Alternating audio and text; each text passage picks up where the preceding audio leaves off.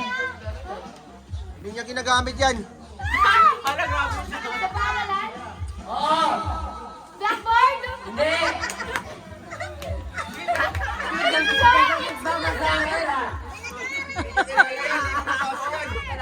Eraser sa blackboard? Ano yun? Marker? Oo, marker.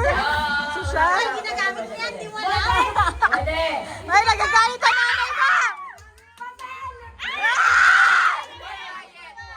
Nagamit yan.